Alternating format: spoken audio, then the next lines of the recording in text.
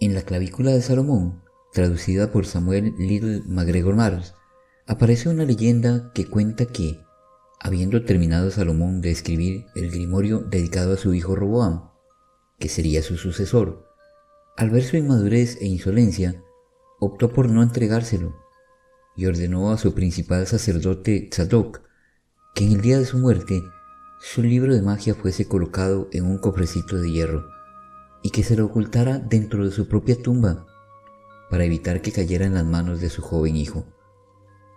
El testamento agregaba que su brasero mágico debía de quedar sellado y encadenado, tal cual lo habría dejado, y que sería arrojado en el mar muerto sin que su tapa fuese separada.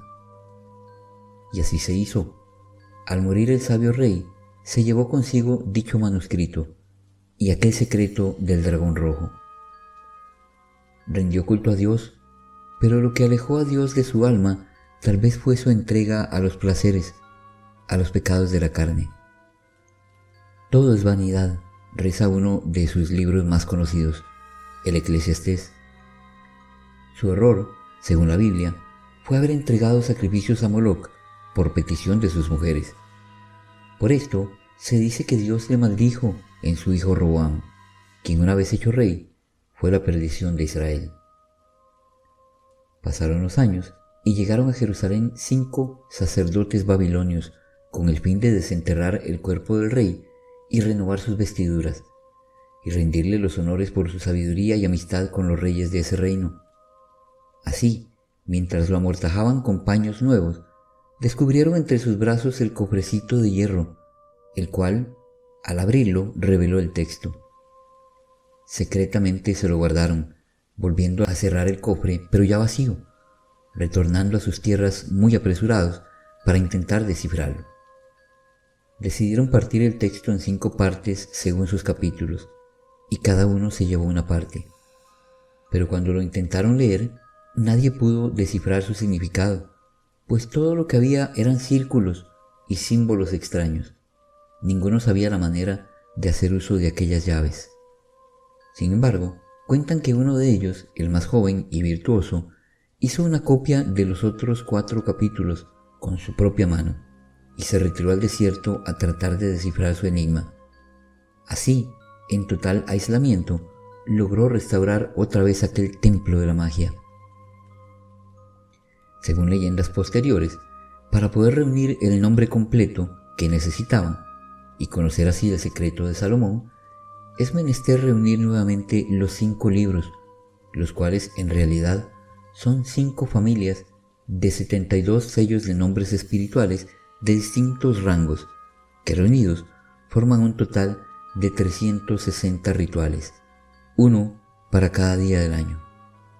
La introducción de los manuscritos era un resumen de la Cábala, explicada de manera sencilla para que Roboam la pudiera comprender.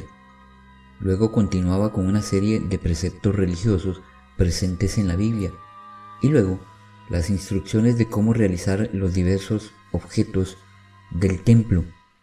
Su idea original era la de lograr reyes sacerdotes para que gobernasen Israel. Existen 2 descripciones con respecto al inicio del manuscrito dedicado a Roboam.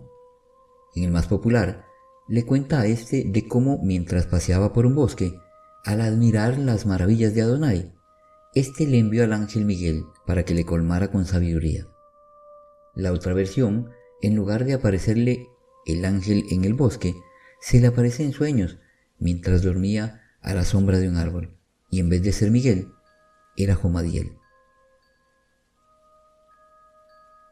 La anterior es una lectura introductoria que aparece en una obra moderna que circula bajo el título de La clavícula mayor y menor del rey Salomón, del autor Eduardo A. Kerr. ¿Es esta una obra real atribuible al legendario rey judío o tal vez solo otra parte de su leyenda? Acompáñame a develar el tema en una nueva entrega de nuestra serie acerca de los grimorios. Yo soy Robert Arredondo y esto es Senderos del Misterio.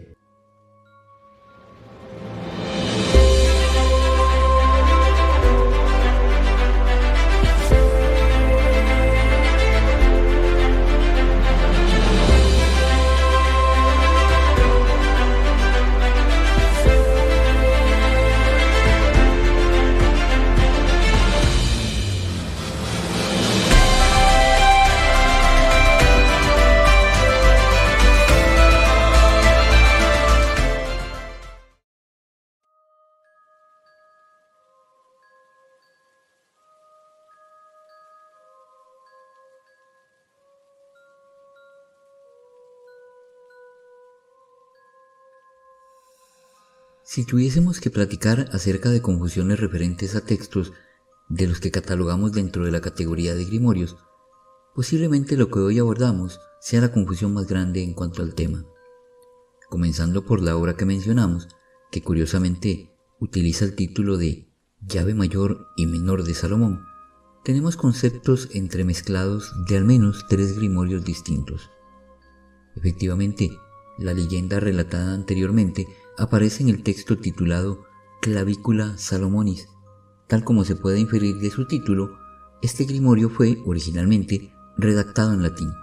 Sin embargo, la obra de Eduardo Quer, como tal, reproduce contenidos de este libro mezclados con otros que conciernen más bien a otro llamado el Lamegatón. Y el tema del famoso Testamento de Salomón refiere a un tercer texto en cuestión que de hecho es el más antiguo de todos. Quiere decir que muchos, cuando hacen referencia a las clavículas del rey Salomón, sin saberlo, aluden a contenidos que no están en ese texto, sino en alguno de los otros dos. Es por ese motivo que debemos desmenuzar cada uno de ellos un poco, con el fin de poder establecer sus verdaderos contenidos, así como las diferencias que hay entre ellos y las características o posibles propósitos que se persiguieron originalmente con su escritura. En primer lugar, el Testamento de Salomón. Se cree que fue escrito entre los siglos I y III después de Cristo, en un contexto greco-egipcio o del Mediterráneo oriental, influenciado por tradiciones judías y cristianas. El griego era entonces la lengua de la educación y la erudición en gran parte del mundo mediterráneo, especialmente en los escritos esotéricos y filosóficos. Aun cuando muchos piensan que debe de haber existido una versión original en lengua hebrea o aramea, incluso anterior a aquella de que se dispone actualmente, lo cierto es que la versión más antigua que se ha logrado encontrar de este manuscrito es una griega.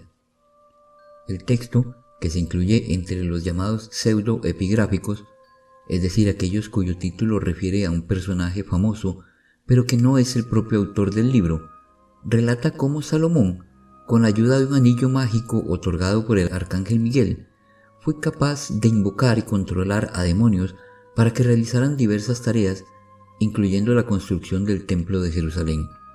Cada ser espiritual, descrito con sus habilidades y cómo puede ser exorcizado o dominado mediante ciertos rituales.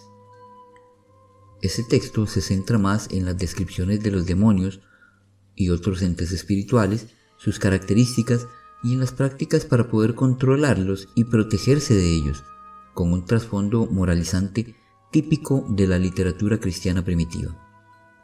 El mencionado anillo es entregado a Salomón luego de que éste llevara a cabo un ruego en el templo, pidiendo ayuda para librar a un joven amigo de la influencia de una entidad sobrehumana que succionaba su energía vital.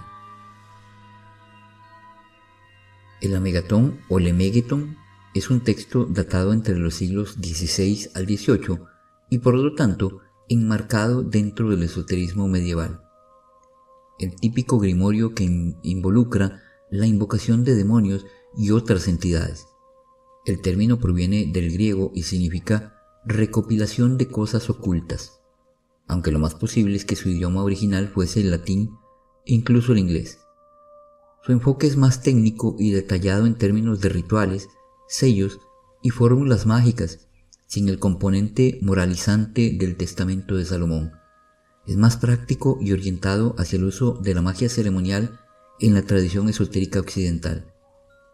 Está dividido en 5 libros, de los cuales el más conocido es el llamado Ars Goetia, que describe la invocación de 72 demonios, sus sellos y los rituales para invocarlos y controlarlos.